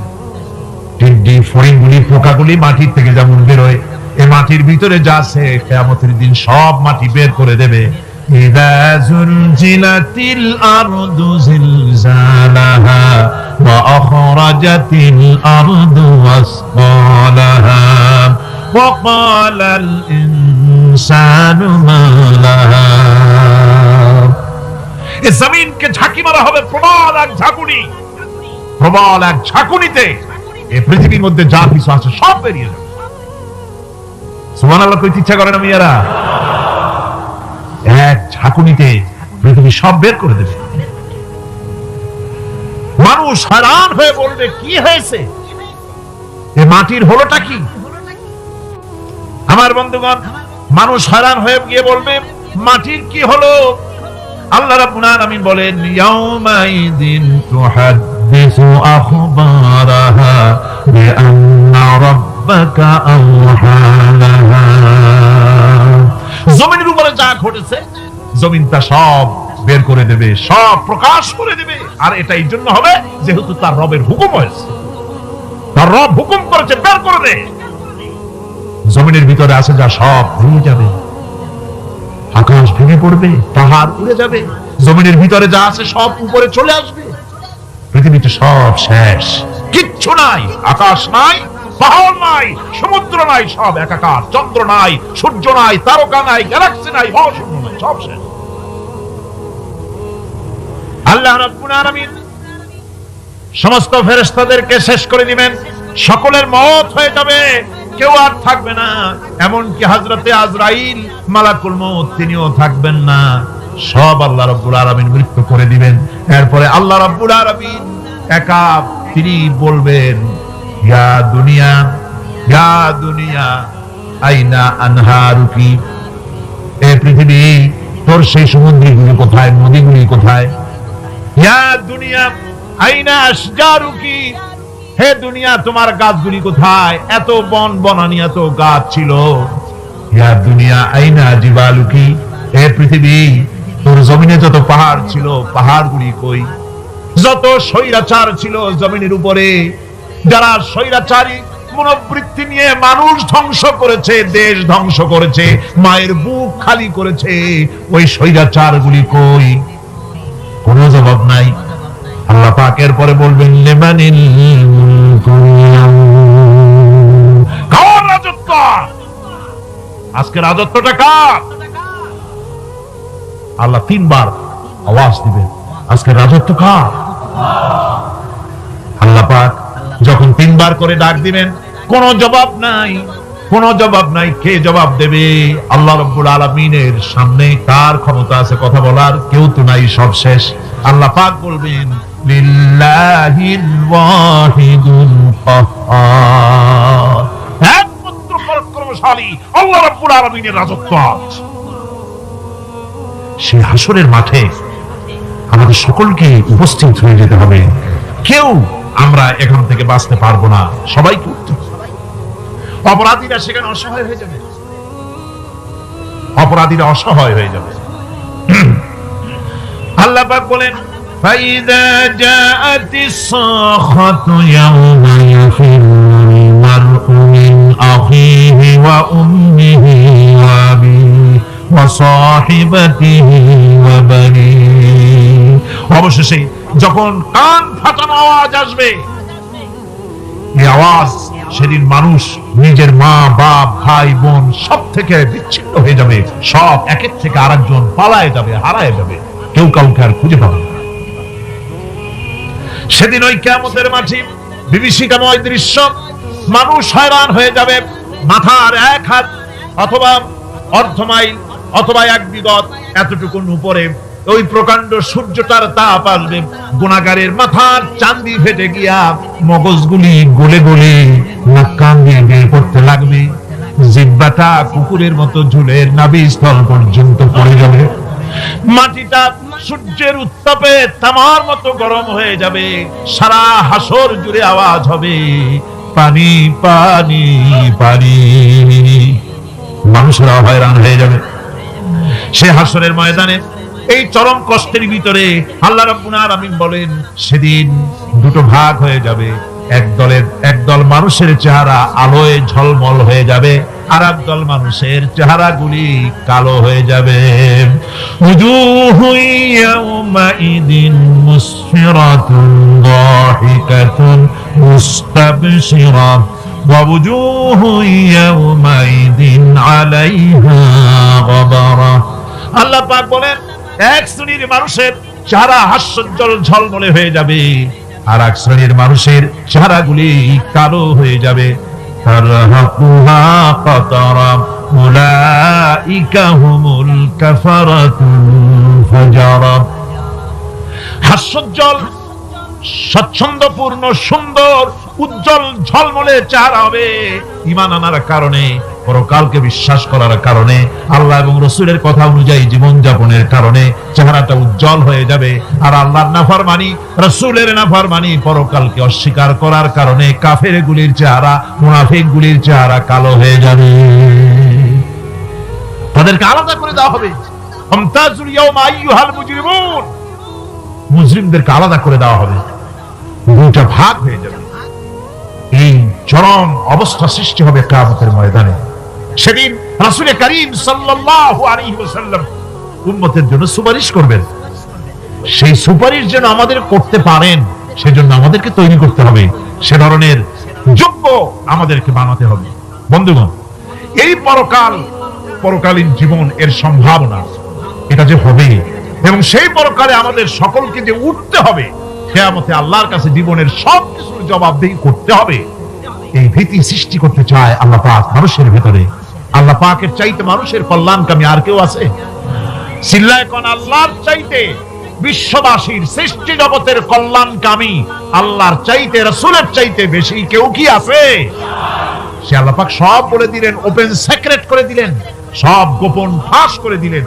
কেমনে বিচার হবে, কেমনে কিয়ামত অনুষ্ঠিত হবে, কেমনে কি হবে, সব খুলে খুলে আল্লাহ পাক বলে দিলেন আমাদেরকে ভালো হওয়ার জন্য। কোরআনে কারীম বলছে, লাইসাল বিররা আন তুওয়াল্লু ওয়ুজুহাকুম কিবালাল মাশরিকি ওয়াল মাগরিব। পূর্ব পশ্চিমে মাথা ঘুরানো, সার নত করা, মাথা ঘুরানো, মুখ ঘুরানো, এটাই কিন্তু সৎ কাজ এবং পুণ্যবান হওয়ার, সৎ কাজ করার, নেককার হওয়ার জন্য যথেষ্ট নয়, বরং ওয়ালাকিন্নাল বিররা মান আমানা বিল্লাহি ওয়াল ইয়াউমিল আখির। প্রকৃতপক্ষে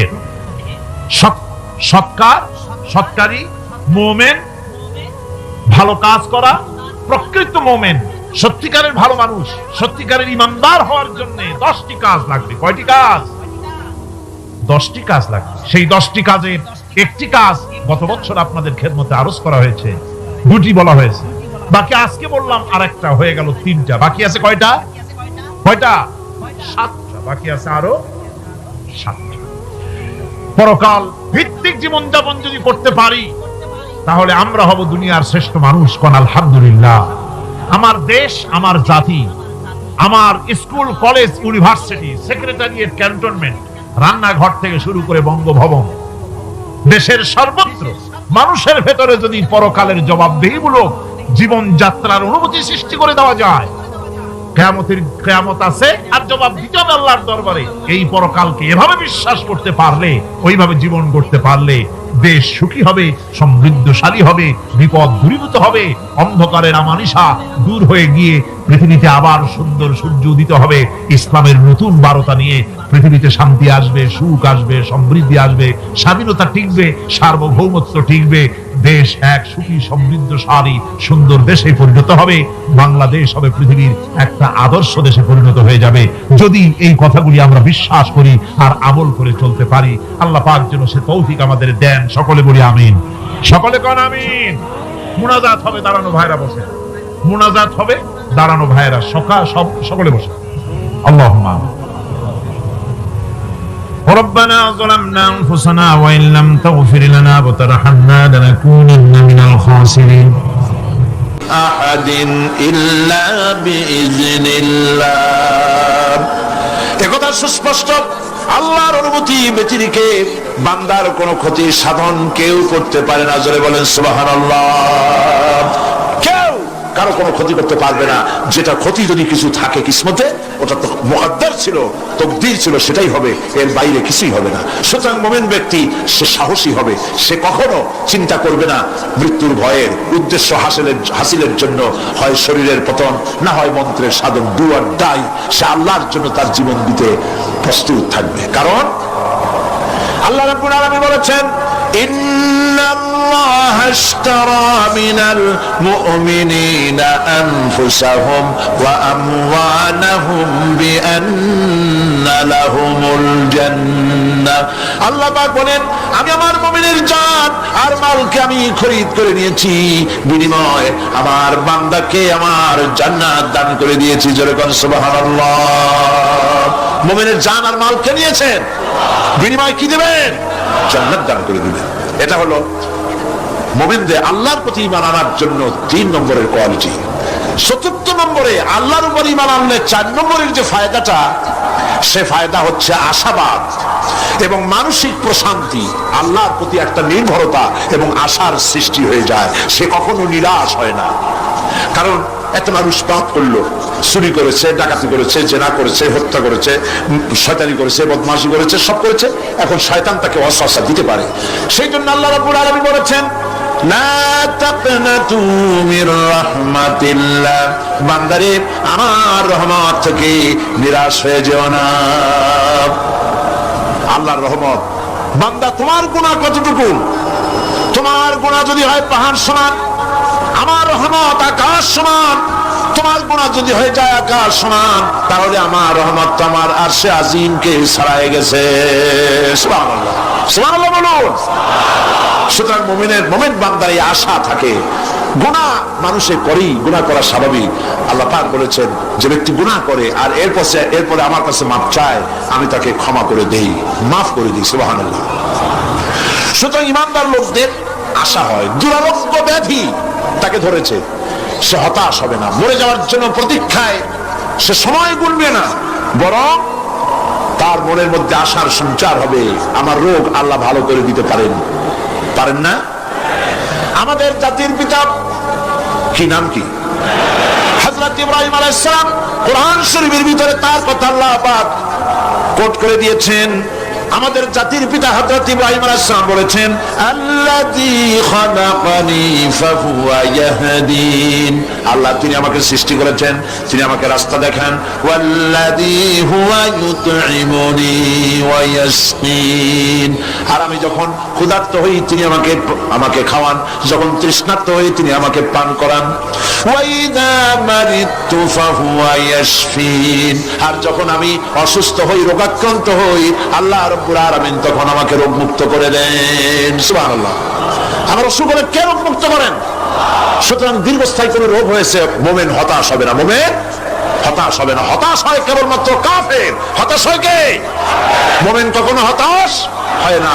হতাশ হয় ইমানের পরিপন্থী কাজ। আল্লাহ পাক বলেছেন, লা তাকনাতু মির রাহমাতিল্লাহ, আমার রহমত থেকে মায়ুস হয়ো না। দেখেন হযরত আইয়ুব আলাইহিস সালামের কত বড় রোগ হয়েছে, শরীর পোকায় ধরেছে, জর্জরিত হয়েছে, দুর্গন্ধ হয়েছে, গ্রামের লোকেরা তাকে বের করে দিয়েছে, স্ত্রী পুত্র পরিজন সব চলে গিয়েছে।